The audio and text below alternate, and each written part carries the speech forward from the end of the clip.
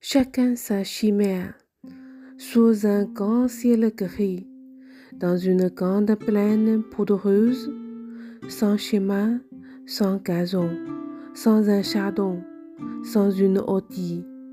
Je rencontrai plusieurs hommes qui marchaient couverts. Chacun d'eux portait sur son dos une énorme chimère, aussi lourde qu'un sac de faille ou de charbon, ou les fourmillements d'un fantasme romain. Mais la monstrueuse bête n'était pas en proie inerte. Au contraire, elle enveloppait et opprimait l'homme de ses muscles élastiques et puissants. Elle sacrifiait avec ses deux vastes griffes à la poitrine de sa monture. Et sa tête fabuleuse surmontait le fond de l'homme, comme un de ces casques horribles, par lesquels les anciens guerriers espéraient ajouter à la terreur de l'ennemi.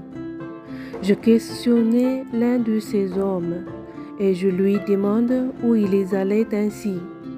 Il m'a répondu qu'il ne savait rien, ni lui, ni les autres, mais qu'évidemment, ils allaient quelque part, puisqu'ils étaient poussés par un invincible besoin de marcher.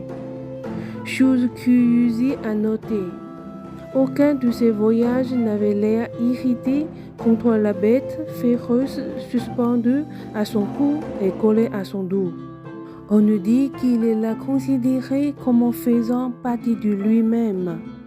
Tous ces visages fatigués et suus ne témoignaient d'aucun désespoir. Sur la coupole splénétique du ciel, les pieds plongés dans la poussière d'un sol aussi désolé que ces ciels. Il cheminait avec la physionomie renseigne de ceux qui sont condamnés à espérer toujours.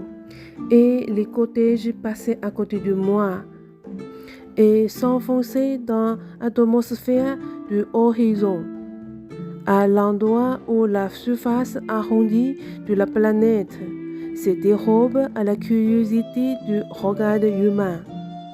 Et pendant quelques instants, je m'obstinais à vouloir comprendre ces mystères.